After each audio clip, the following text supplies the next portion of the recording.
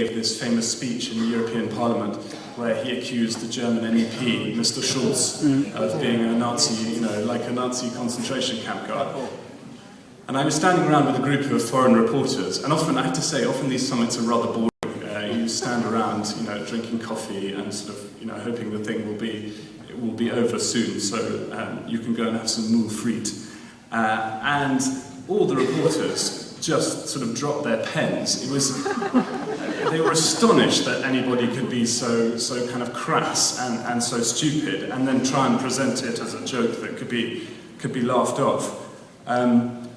This story has run and run. I mean, I'm sure lots of you watched the news clips of Mr. Berlusconi's appearance at the summit at Deauville recently, where Barack Obama was doing his best to avoid him, and then Mr. Berlusconi, walked around the table and came and started telling him, giving him forthright views in Italian on the Italian judiciary, and then putting his arm around him and smiling at the photographer.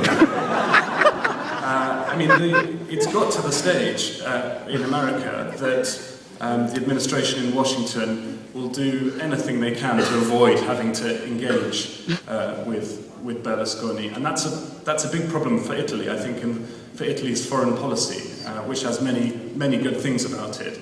Berlusconi is definitely a net drag on Italy's influence in the world. How is Italy seen outside Italy? Well, of course, the first things that come to mind are all the cliches, like when people think about London and think about London buses and the Beatles and bad food and bad weather.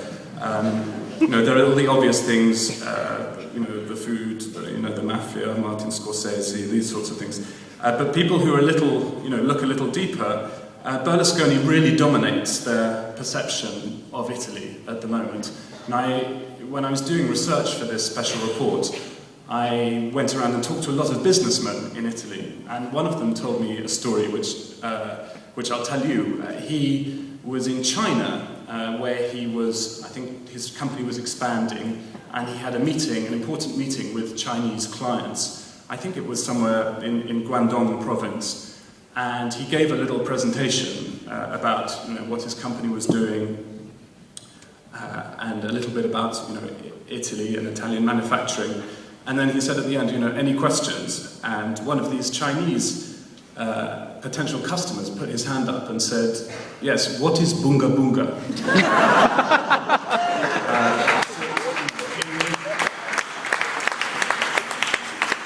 It's extraordinary how, even in fairly out-of-the-way places in China, Mr. Berlusconi is known for these things. And obviously that's a tremendous distraction, because there are so many other things going on in Italy, and actually it detracts and distracts from all the good things Italy has to offer. I'd also argue that it distracts from some of the problems. One of the things that I wrote about in my report is that even if you put all the ridiculous stuff about the Prime Minister to one side, Italy's had a very bad economic performance over the past 10 years, 15 years.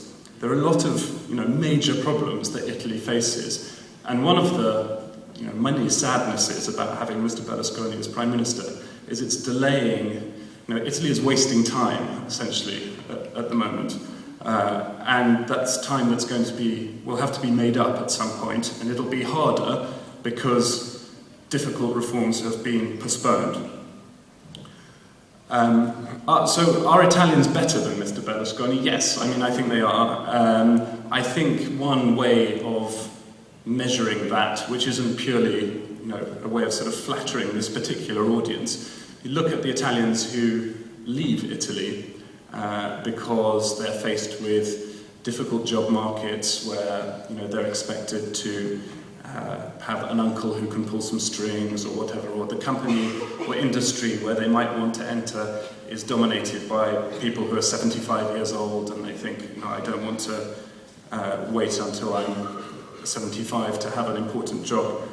You look at how these people do when they leave Italy, and the answer is there are so many success stories. I think the saddest single statistic I came across when I was doing my research was looking at the number of people with